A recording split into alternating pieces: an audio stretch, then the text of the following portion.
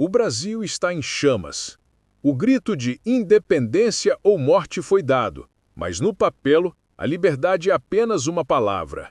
Na Bahia, a província mais rica e estratégica, a realidade é a guerra. O general Madeira de Melo, leal a Portugal, se recusa a entregar o poder. Suas tropas, veteranas e bem equipadas, controlam Salvador, a capital. A independência do Brasil não será conquistada com um brado, mas com sangue, pólvora e a coragem de um exército que ainda nem existia formalmente. Pelos campos do recôncavo baiano, o chamado para a luta ecoa.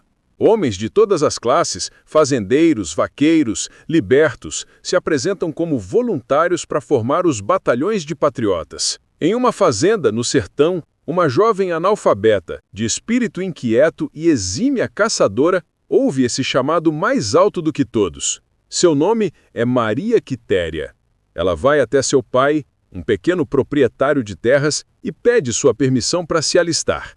A resposta é um não violento e taxativo. Mulher não vai à guerra. Seu lugar é em casa, cuidando da família. A farda, o fuzil, a batalha são assuntos de homens. Para qualquer outra mulher daquela época, a história terminaria ali, em uma ordem paterna inquestionável. Mas Maria Quitéria não era qualquer mulher.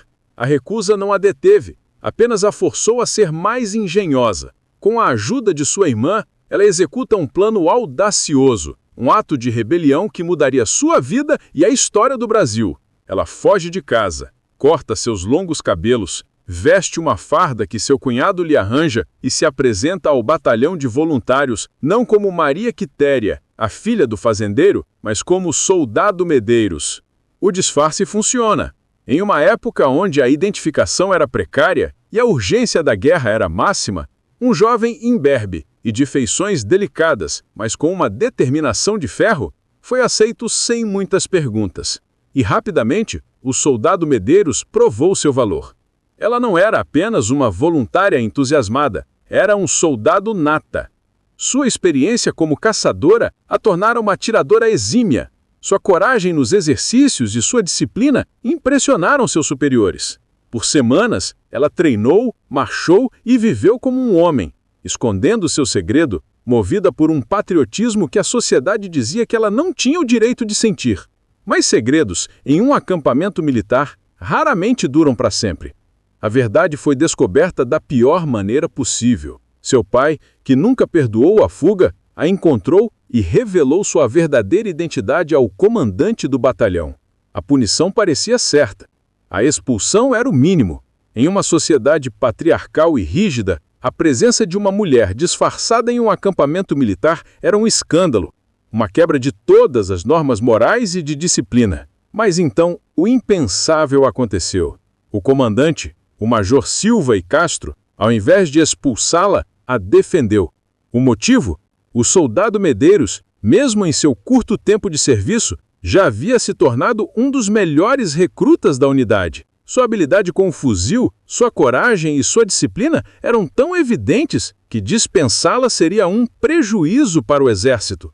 Em uma decisão sem precedentes, o major não apenas permitiu que ela ficasse, ele a integrou oficialmente à tropa.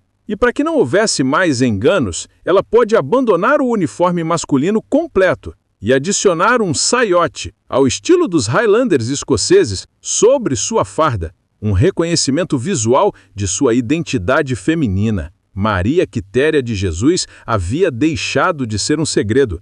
Ela era agora a primeira soldado do Brasil. Se sua presença já era notável no acampamento, foi no campo de batalha que ela se tornou uma lenda. A Guerra da Independência na Bahia foi brutal. Uma série de batalhas e escaramuças pelo controle do recôncavo, e Maria Quitéria estava na linha de frente de quase todas elas. Ela não era uma figura simbólica, uma mascote, era uma combatente de elite.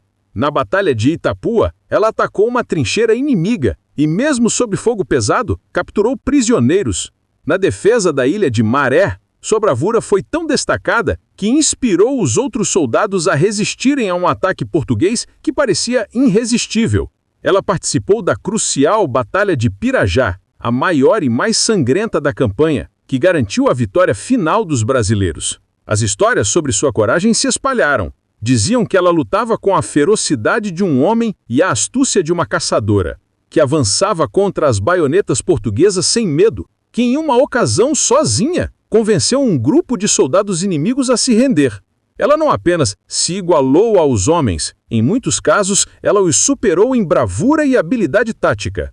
A sua presença no campo de batalha era uma anomalia, que os portugueses não conseguiam compreender e que seus companheiros passaram a admirar profundamente.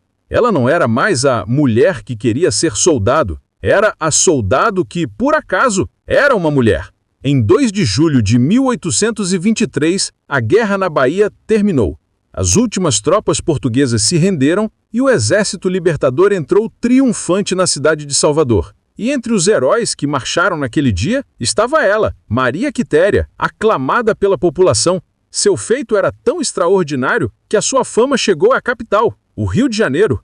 O próprio imperador Dom Pedro I fez questão de conhecê-la. Em uma cerimônia solene, ele a recebeu, a elogiou por sua coragem e heroísmo raros e lhe concedeu a mais alta condecoração do Império, o grau de Cavaleiro da Ordem Imperial do Cruzeiro. Era uma honra sem precedentes.